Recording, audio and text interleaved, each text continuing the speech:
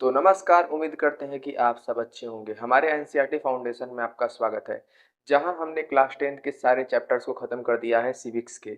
और कहा जाए तो अब हम 11th का पढ़ने वाले हैं, तो उससे पहले हिस्ट्री के कुछ चैप्टर्स बाकी हैं, तो उसको कंप्लीट कर लेते हैं।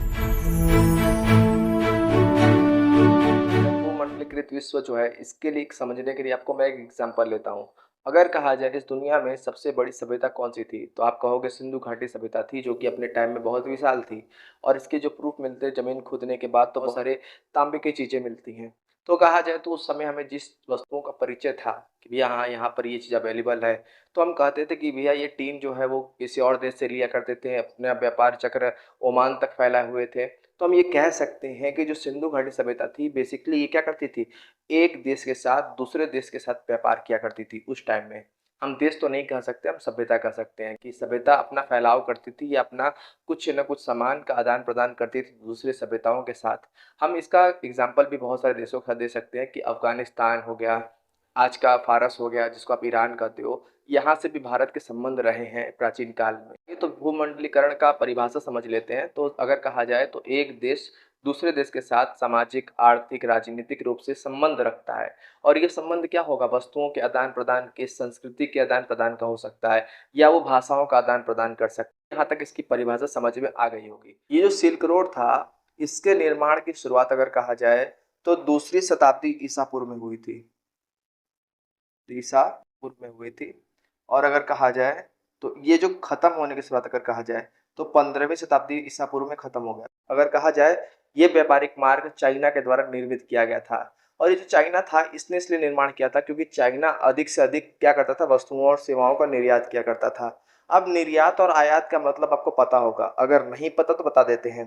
बेसिकली अगर कहा जाए, आयात का मतलब किसी वस्तु को खरीदना होता है, और निर्यात का मतलब आपके देश से कोई वस्तु बन रही है तो उसको बाहर बेचना होता है। तो यही आयात निर्यात होता है। अब आप सोचोगे तो इस टाइम में तो ये परफेक्ट बैठता है कि हम तेल खरीदते हैं, बहुत सारी चीज़ों को खरीदते हैं, बहुत से संसाधन खरीदते हैं। उस समय क्या खरीदते रहे होंगे? देखिए, उस समय हमारे लिए सबसे बड़ी प्रायोरिटी थी कि हम लोहा खरीदते थे। बहुत सारे अगर कहा जाए तो यहाँ इसी मार्ग से बहुत सारे दार्शनिक जो थे भारत में आए थे। अब दार्शनिक, आप सोचोगे क्या होता है दार्शनिक?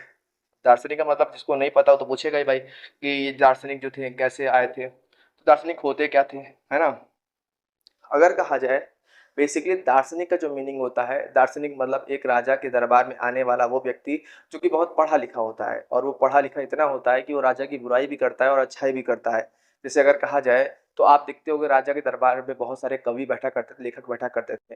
तो जो राजा के दरबार में लेखक कवि बैठते थे तो वो उनकी अच्छाई लिखा करते थे, पर जो विदेशी आते थे भारत में, वो क्या करते थे, उनकी बुराई भी लिखा करते थे। दार्शनिक एक देश के लिए बहुत बड़ी चीज हुआ करते थे। जिस समय उनका अगर कहा जाए तो वो आयात निर्यात तो नहीं होता था, पर वो हमारे भारत में आया करते थे। और कभी कभार अगर एक राजा था वो युद्ध लड़ा करता था, या उसको सम्मान के तौर पर दार्शनिक भेंट में दिया देते थे।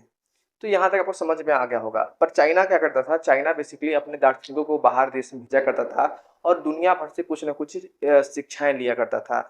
और चाइना की बात करें तो चाइना के दार्शनिक आपको पता होगा, आपने सुना भी होगा, हैंसांग, है ना? तो हैंसांग का नाम सुने होंगे, फायान का नाम सुने होंगे। ये भी दार्शनिक थे। इसी के माध्यम से दुनिया भर में से वस्तुओं का आयात निर्यात किया, मतलब खरीदा, लोहा खरीदा, टीन खरीदा, और भी जो चीज़ें थी उसको खरीदा, और अपने देश को संपन्न बनाने की कोशिश किया। और बहुत सारे अगर कहा जाए तो भारत से आपको पता होगा बहुत से धर्मों का भी विस्तार यहाँ से हुआ है। जैन धर्म, बौद्ध धर्म।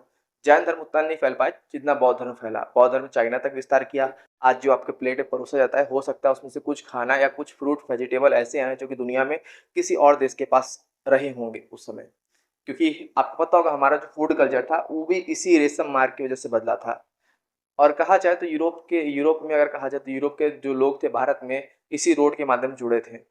तो उम्मीद करते हैं आपको यहाँ तक समझ में आया होगा। तो अगली वीडियो में हम डिस्कस करेंगे कि आगे चल के जो दुनिया में आप देखते हो कि भूखमरी आई, बहुत सारी बीमारियां आई, वो कैसे आई, जो कि हमारे बहुत सारे एग्जामों, कॉम्पिटिशन एग्जामों के लिए इंपॉर्टेंट है वो चैप्टर।